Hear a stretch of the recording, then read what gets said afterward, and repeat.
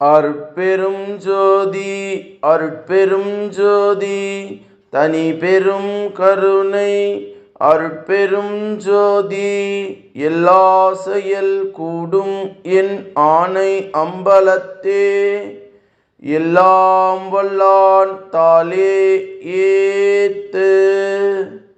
வாழ்க வையகம், வாழ்க வையகம், வாழ்க வளமுடன். குரு வாழ்க, குருவே துணை. அருட்பெரும் ஜோதி அருள் திரு ராமலிங்க சாமிகள் பாடி அருளச் செய்த திருவடி புகழ்ச்சி பாடல். திருவடி புகழ்ச்சி 114வது பாடல்.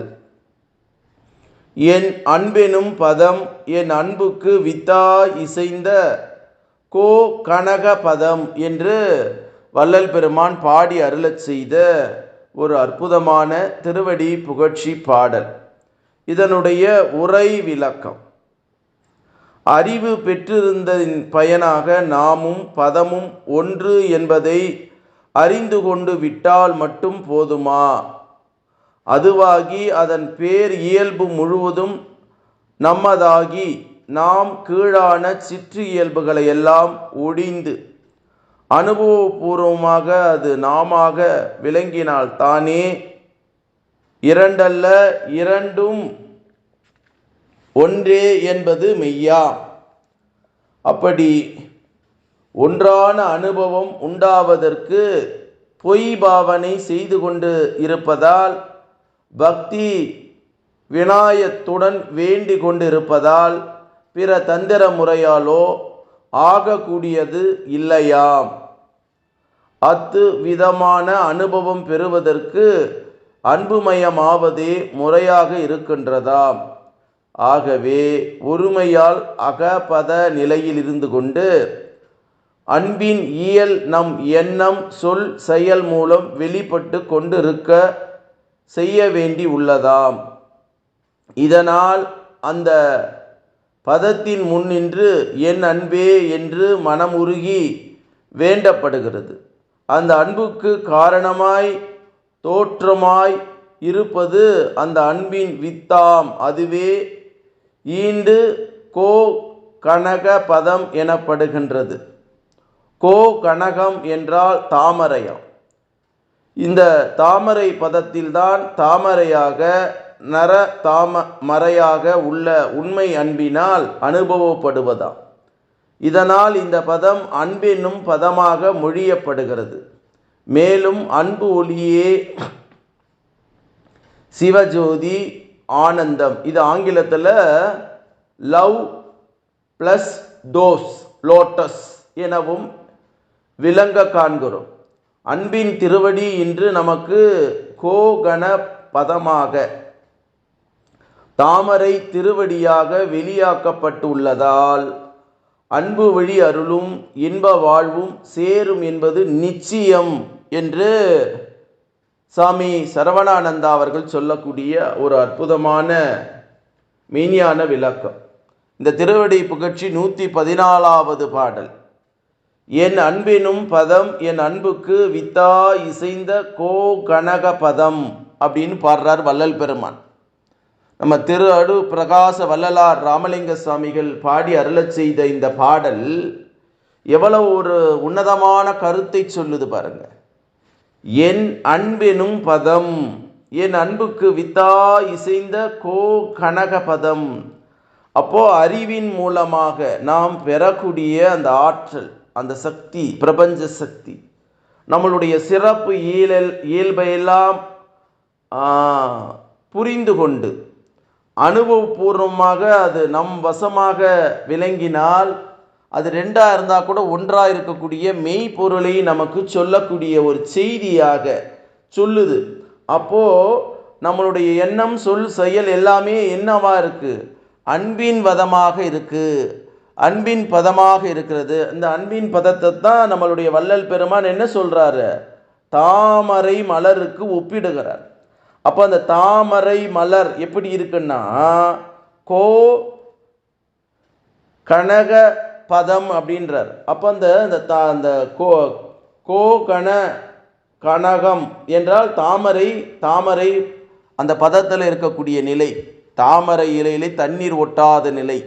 அப்போ அந்த தாமரை மலர் தண்ணியிலேயே ஒட்டாமல் மிதக்கிற மாதிரி அன்பு கொண்ட அன்பு ஒளி நமக்குள்ளாகவே இருக்கு. அந்த அன்பு ஒளியை, ஜீவ ஜோதியை அரவிந்தம், அரவிந்தம்னா மகிழ்ச்சியாக இருக்கும். அதனால் எனக்கு அரவிந்தம் சொன்னோடனே பாண்டிச்சேரியில் இருக்கக்கூடிய அரவிந்தர் ஆசிரமம் ஞாபகம் வருது. ஏன்னா அங்கே அன்னை என்ற மலர்களால் அலங்கரிக்கப்பட்ட அந்த அம்மாவும் அரவிந்தரும் உருவார்கள். அவங்க உருவானது மேற்கு வங்காளம். யார் அரவிந்தர் இருந்தது? மேற்கு வங்காளம். அவருக்கு உறுதுணையாக இருந்து பிரான்ஸ் நாட்டிலேருந்து வந்தவர் அந்த அன்னை. அந்த பாடலும் ஞாபகம் வருது, இளையராஜா அவருடைய பாடல். இப்போ நம்ம அரவிந்தர் ஆசிரமம்னா என்ன வருது? இளையராஜா பாடல்கள் மலர் கொண்டு மலர் கொண்டு தாயேன்னு பாடுவார். அது நம்மளுடைய விஜய் தொலைக்காட்சியெல்லாம் வரும். அப்போ அப்படி ஒரு அன்பு மையமான லோட்டஸ், லோட்டஸ்னால் தாமரை ஆங்கிலத்தில். அதை தான் இங்கே லவ் ப்ளஸ் டோஸ், லோட்டஸ் அப்படின்ற ஒரு அன்பை பரிணமிக்கின்ற ஒரு இதயமாக மனிதனுடைய இதயம் இருக்கணும். அது மூச்சை கவனி பேச்சை குறை, கதாகதம் தனக்குள்ளாக செய்யணும். புற இன்பங்கள் புற காட்சிகளை பற்றியெல்லாம் பேசக்கூடிய மனிதனாக இருக்கக்கூடாது. நாடகம், தோப்பில் ஒரு நாடகம் நடக்குது ஏலேலங்குயிலேன்னு பாரதி ராஜா திரைப்படத்தில், பழைய படத்தில் வரும். அது என்ன படம்? கல்லுக்குள் ஈரமோன்ற, எனக்கு தெரியல படத்தின் பேர், இருந்தாலும் நினைவு வருகிறது. சக மனிதர்கள் நடிக்கிறோம். நான் கூட நடிக்கிறேன். நேற்று கூட ஒரு போய் நடிச்சுட்டு வந்தேன். ஒரு விஷயத்தை எடுத்தால் அந்த விஷயத்துக்காக தான் பேசணும். உடனே இன்னொரு விஷயத்துக்காக நடிப்பார். நீ நடிக்கிறது நல்லா இருக்கா, நான் நடிக்கிறது நல்லா இருக்கான்றது நம்ம கேள்வி கேட்குறது நமக்கு தப்பு. அந்தந்த கதாபாத்திரத்துக்கு ஏற்ற மாதிரி அந்தந்த சூழ்நிலைக்காக இருக்க முடியும். நான் இங்கே ஒரு இடத்துல செஞ்சோற்று கடனுக்காக ஒரு இடத்துல இருக்கிறேன். எனக்கு பிடிச்சது நான் பேசுகிறேன், நான் செய்கிறேன். அவருக்கு பிடிச்சது அவர் செய்கிறாரு. இரண்டத்தையும் கலந்து பகுத்தாய்வு கூடிய அந்த பகுத்தறிவு, அதுதான் நட்பின் நிலை இருக்கும். எங்கூட ஒரு தம்பி, பேரையே சொல்லலாம், செங்கை கணேஷ், நானும் அந்த தம்பியும் பயணிக்கிறோம். 2 பேருக்குள்ளே இருக்கக்கூடிய ஒத்த சிந்தனை, ஒன்னமான கருத்து. அப்போ 2 பேருக்குள்ளே இணக்கமான ஒரு நட்பு வருது. நாங்கள் 2 பேரும் தொப்புள் குடி உறவல்ல, இருந்தாலும் கூட ஒத்த சிந்தனையாளர். அப்போ ஒத்த சிந்தனையாளரோட பயணிக்கும் போது உண்மை நிச்சயமாக பிறக்கும், உண்மையாக இருப்போம். அப்போ அந்த நிலையத்தான் நம்ம அடையணும். அதுதான் நமக்கு இந்த புலனின்ப வாழ்க்கையிலே வாழாமல் அகையின்ப வாழ்க்கைக்கு வாழ முயற்சி செய்யணும். அதைத்தான் நம்மளுடைய வள்ளல் பெருமான் இந்த அற்புதமான 114வது பாடல்ல, அன்பெனும் பதம் என் அன்புக்கு வித்தாய் இசைந்த கோ கனக பதம்னு வள்ளல் பெருமான் நம்ம சொல்கிறார்.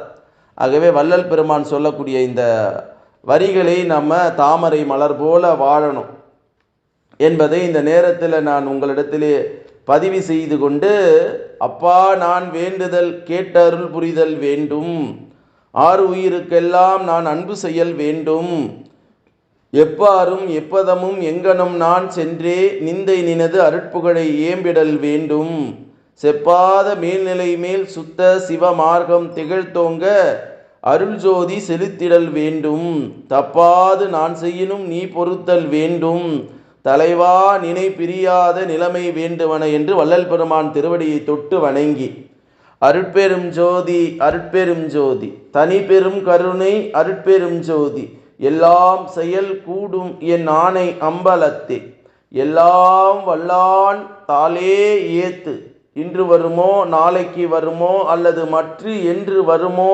அறியேன் எம் கோவே, துன்றுமலை வெம்மாயற்று வெளிக்குள் வெளி கடந்து சும்மாயிருக்கும் சுகமென்று பாடி அருளச் செய்த திரு அருள் பிரகாச வள்ளலாருடைய திருவடியை தொட்டு வணங்கி, எல்லா உயிர்களும் இன்புற்று வாழ்க, வள்ளல் மலரடி வாழ்க வாழ்க, கொல்லா நெறி குவலயமெல்லாம் ஓங்குக என்று பாடி அருளச் செய்த திரு அருள் பிரகாச வள்ளலாருடைய திருவடியை தொட்டு வணங்கி, இந்த பூமியிலே வாழக்கூடிய சித்தர்கள், ஞானிகள், மகான்கள், யோகிகள் உடைய திருவடியை தொட்டு வணங்கி, இறைநிலையோடு என் எண்ணத்தை கலக்கவிட்டு, அருட்பெரும் ஜோதி அருட்பெரும் ஜோதி தனி பெரும் கருணை அருட்பெரும் ஜோதி என்ற மகா மந்திரத்தை வான்காந்தத்தில் கலக்கவிட்டு வாழ்த்துகிறேன். வாழ்க வளமுடன், வாழ்க வளமுடன், வாழ்க வளமுடன், வாழ்க வளமுடன் என்று வாழ்த்துகிறேன். நன்றி, வணக்கம். வாழ்க வளமுடன்.